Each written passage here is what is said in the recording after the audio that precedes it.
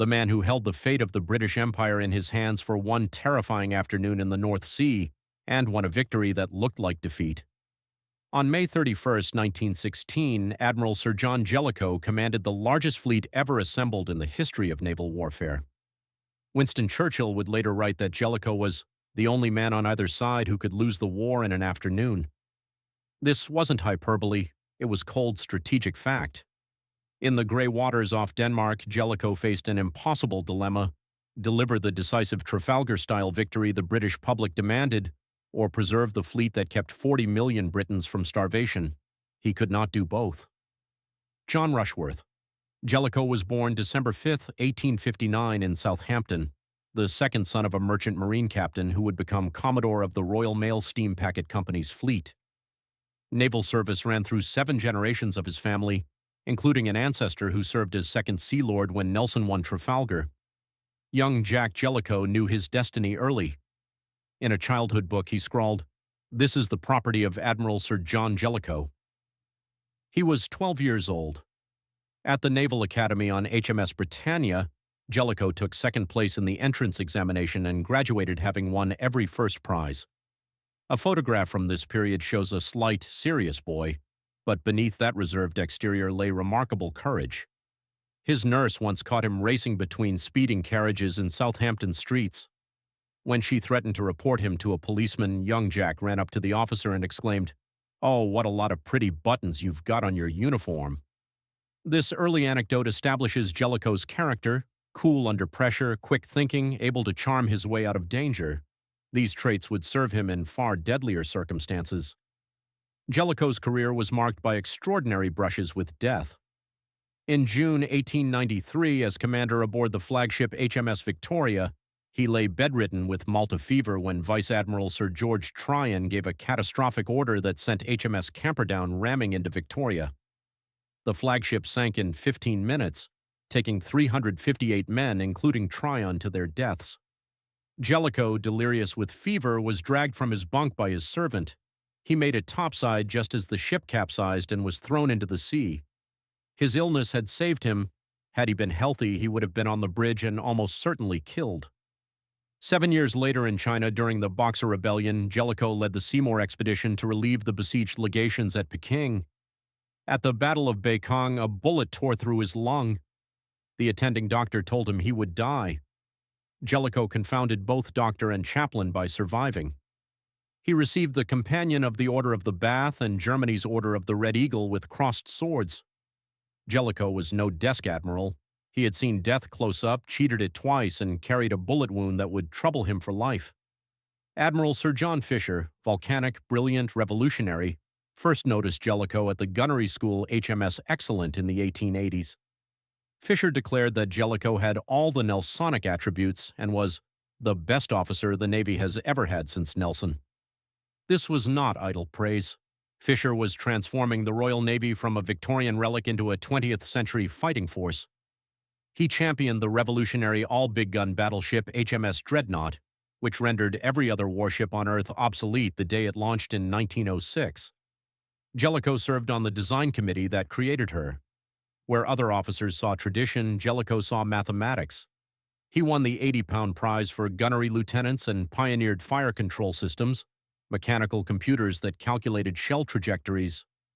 By the time he was 40, he understood the technical aspects of modern naval warfare better than almost any officer alive. He knew the strengths of British ships and, crucially, recognized the dangerous superiority of German designs in armor and shell quality. Fisher and Jellicoe both understood something the public did not: that mines, submarines, and torpedoes had fundamentally changed naval warfare. The aggressive tactics that won Trafalgar could now lose a fleet in minutes. On August 4, 1914, the day Britain declared war on Germany, Jellicoe received orders to take command of the Grand Fleet, replacing Admiral George Callahan. He was appalled by the treatment of his predecessor and reluctant to accept. Only Churchill's direct intervention persuaded him.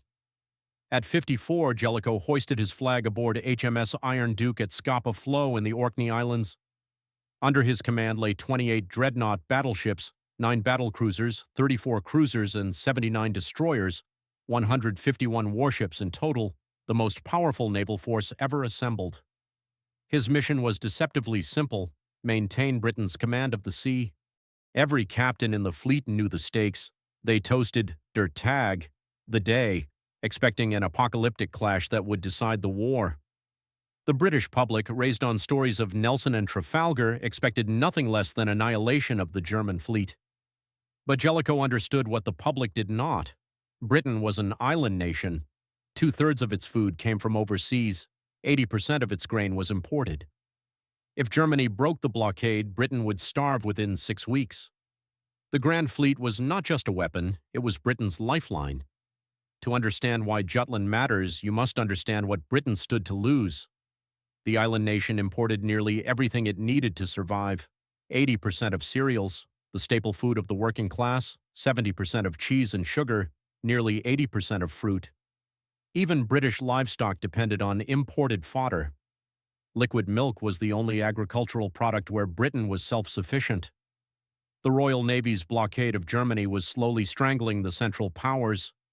By war's end, an estimated 424,000 to 763,000 German civilians would die from starvation and disease. The turnip winter of 1916-17 brought mass malnutrition to German cities. This blockade is considered one of the decisive factors in Allied victory, but the blockade depended entirely on the Grand Fleet. If that fleet were destroyed or crippled, the positions would reverse. Britain, with far greater import dependency than Germany, would collapse faster. The British Expeditionary Force in France would be cut off. The war would be lost. German children were dying of malnutrition while British factories produced weapons.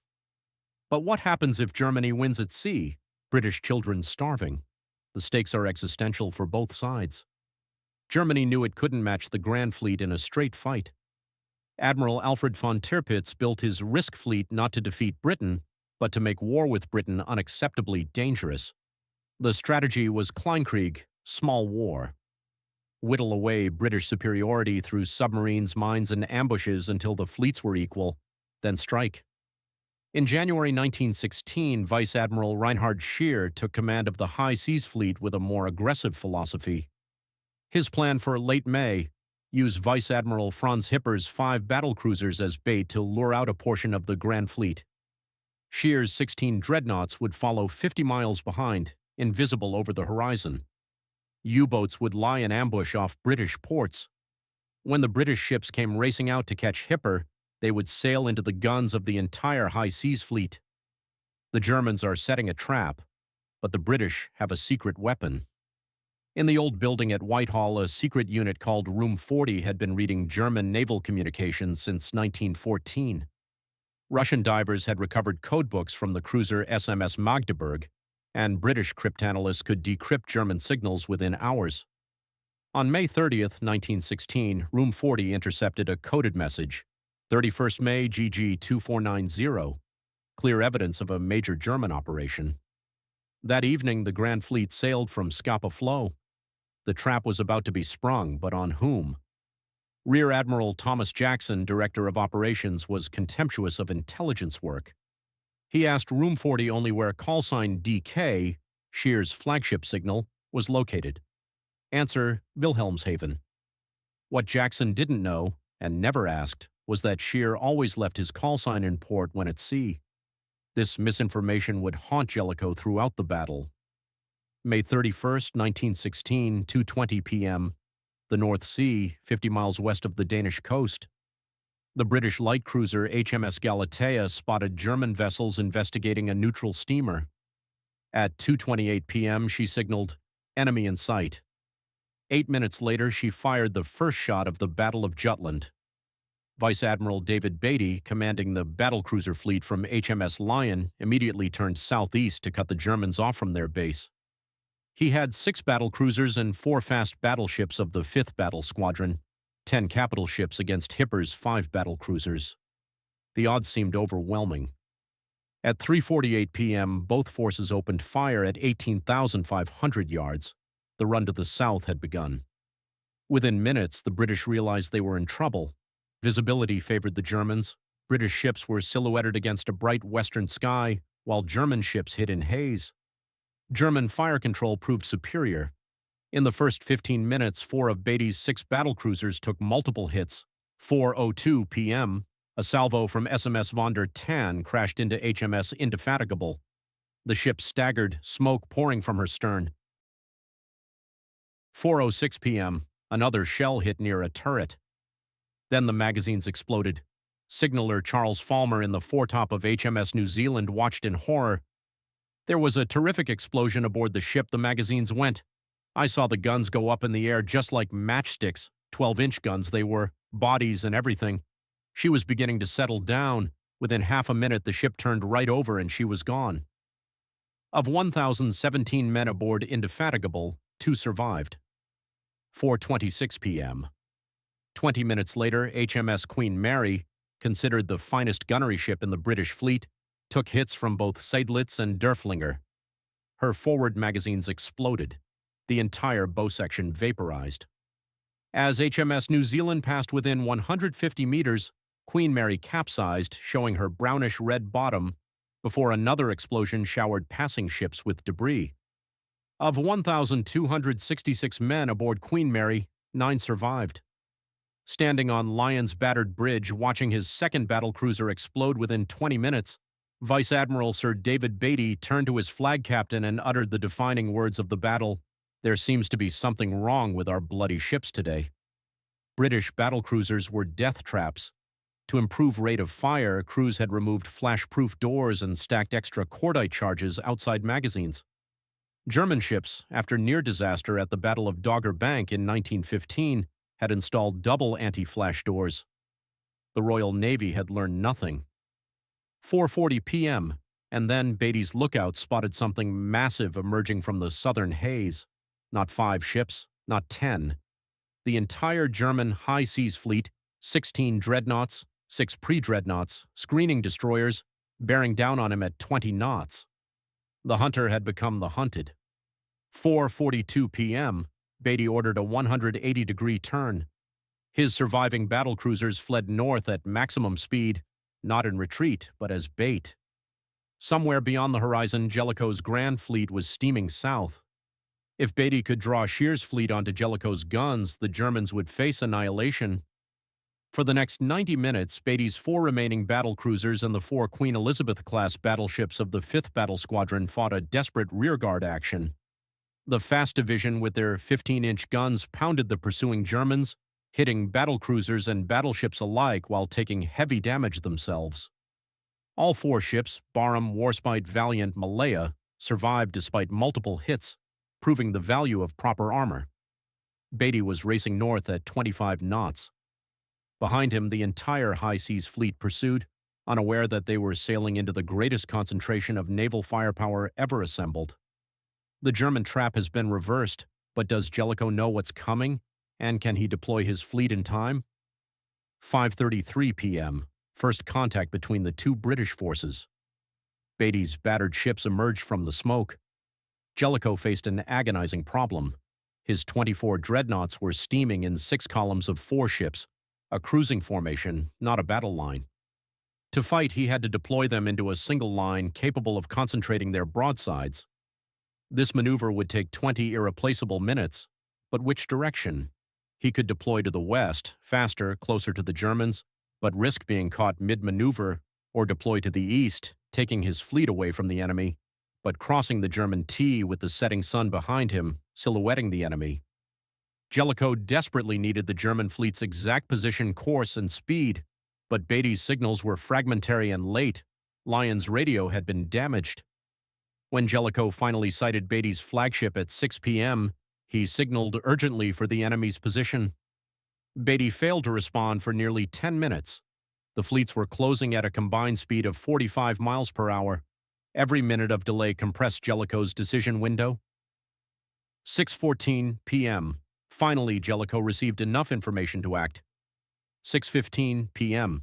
He gave the order. Deploy on the left wing column. In that instant, with incomplete information, under extreme time pressure, with the fate of the British Empire in the balance, Jellicoe made what naval historian Andrew Gordon called exactly the right choice. 6:30 p.m. The Grand Fleet deployment was complete. 24 British dreadnoughts stretched in a battle line across the German path. Scheer and his officers emerged from drifting smoke to face a nightmare. They had expected to trap a portion of the British fleet. Instead, the entire Grand Fleet materialized from the mist, guns already ranging. Jellicoe had crossed the T. This was the holy grail of naval tactics. Every British battleship could fire full broadsides, all guns bearing on the enemy. The Germans could respond only with the forward turrets of their leading ships. The British gunners had the setting sun behind them. German ships were silhouetted against the light. HMS Iron Duke, Jellicoe's flagship, quickly scored 7 hits on the lead German dreadnought SMS König. Within minutes, König, Grosser Kurfürst, Markgraf, Kaiser, and Helgoland were all hit.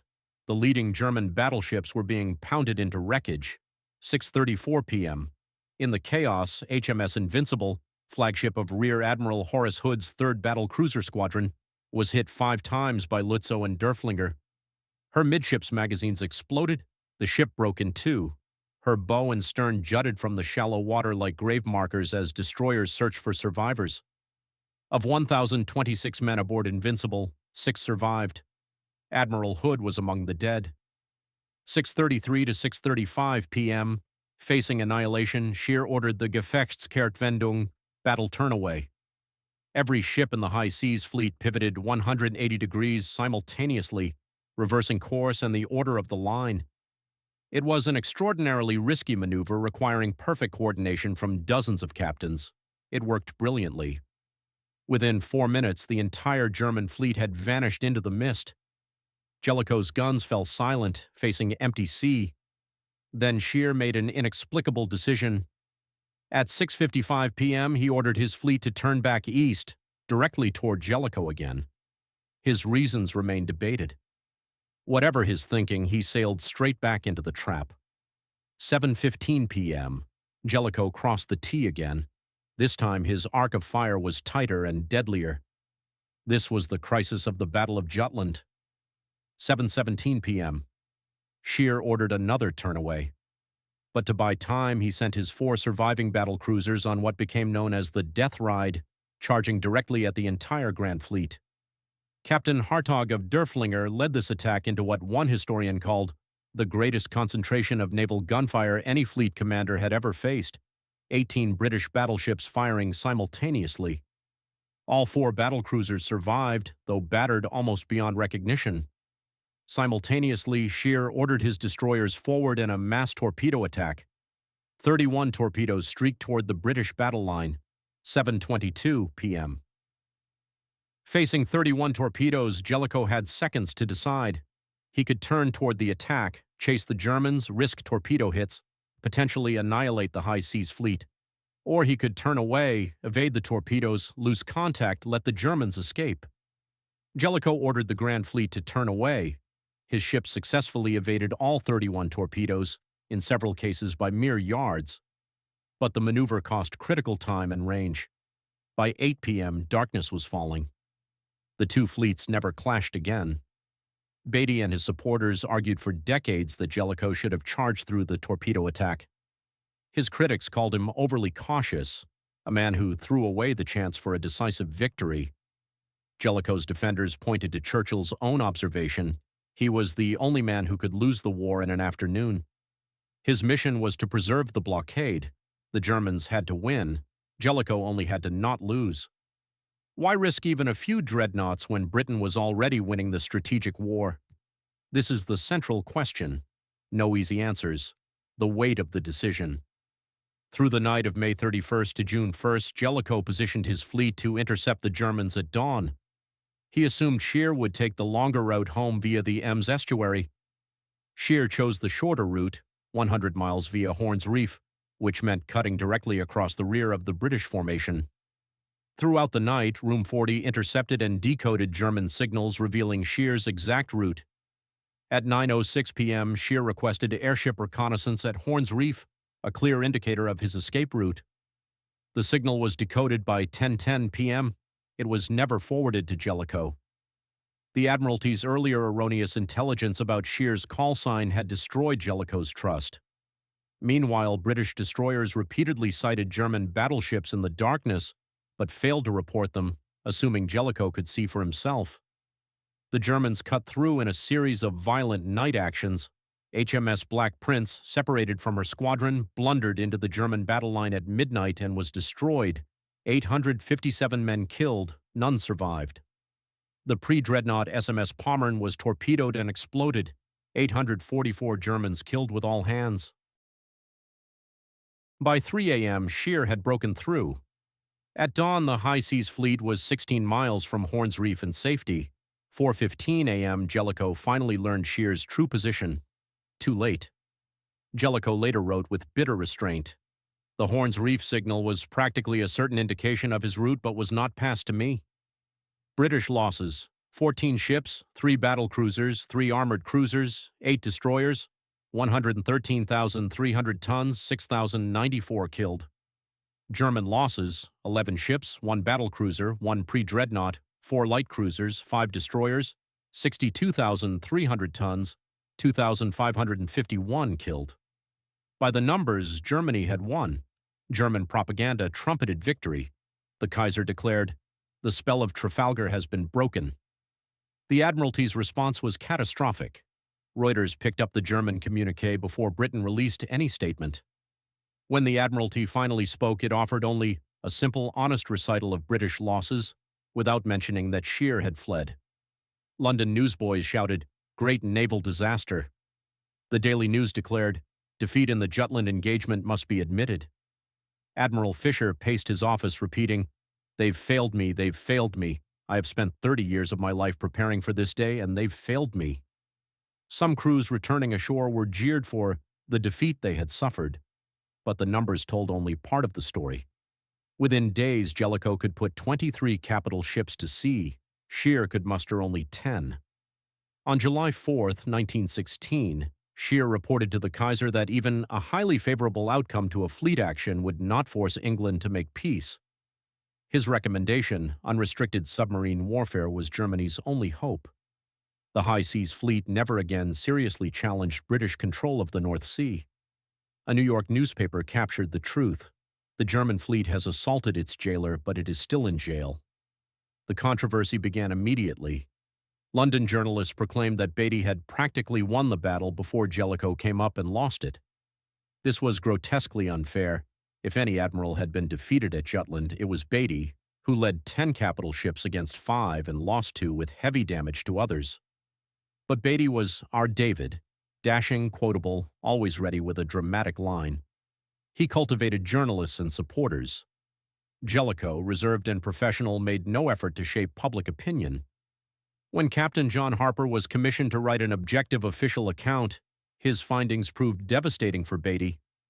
Harper noted it was extremely unpalatable that Beatty, with 10 capital ships against 5, failed to defeat a weaker enemy who made no effort to avoid action and suffered what can only be described as a partial defeat.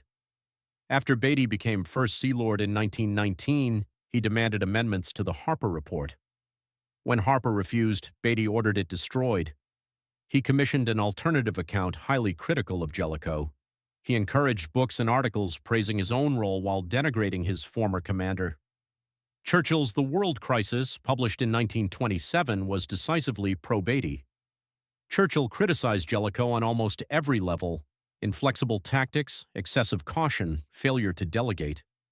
The famous line about losing the war in an afternoon, while strategically accurate, became a backhanded compliment in Churchill's telling. In November 1916, Jellicoe was appointed First Sea Lord during Britain's darkest hour of the U-boat war. By April 1917, submarines were sinking 800,000 tons of shipping per month. Britain came within 6 weeks of starvation. On Christmas Eve 1917, Sir Eric Geddes, First Lord of the Admiralty, sent Jellicoe a curt note demanding his resignation. No reason was given. Jellicoe first learned of his dismissal by finding the note on his desk. He wrote to a colleague, "I did not resign, but was dismissed very curtly by the First Lord without any reason at all being given. He did not even tell me personally, but wrote me a note."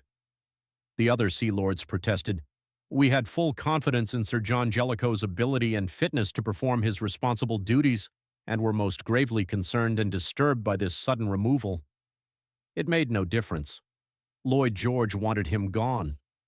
For decades, Beatty's version of history dominated. But modern scholarship has increasingly vindicated Jellicoe. Historian Cyril Falls, he fought to make a German victory impossible rather than to make a British victory certain. Andrew Gordon, in his landmark study The Rules of the Game, published in 1996, concluded that Jellicoe made the right decisions at the right time to keep the blockade intact and win Britain a strategic victory. Encyclopedia Britannica now states, although his tactics were severely criticized at the time, it is now accepted that he achieved a strategic victory that left the German High Seas Fleet ineffective during the remainder of the war. Jellicoe lived until 1935, serving as Governor-General of New Zealand, where Prime Minister Massey called him the most popular man we have had, and working tirelessly for veterans' causes. He caught a chill at an Armistice Day ceremony on November 11, 1935, which developed into pneumonia. He died 9 days later, aged 75. He was buried in St. Paul's Cathedral, alongside Nelson and, in a final irony, next to Beatty. In the House of Lords, tribute was paid. Upon the shoulders of Lord Jellicoe rested the full weight of the nation's destiny. Jellicoe paid a terrible personal price for his service. By the end of his life, years of standing beside thundering naval guns had destroyed his senses. He had no hearing, no taste, no smell, and was nearly blind, damage he attributed to his long career as a gunnery officer. When he commanded the Grand Fleet, subordinates described him as our beloved commander-in-chief, the finest character that ever was. When he left command, hardened sailors sat down and cried like a wench. He knew every man on his flagship by name. He turned a supply ship into a theater and built a golf course on a nearby island to lift his sailors' spirits. When he learned a junior officer had just become a father, he summoned the man, ordered him to London to collect papers at the Admiralty 8 hours after arriving, then added with a smile, "I expect you will know how to employ those 8 hours."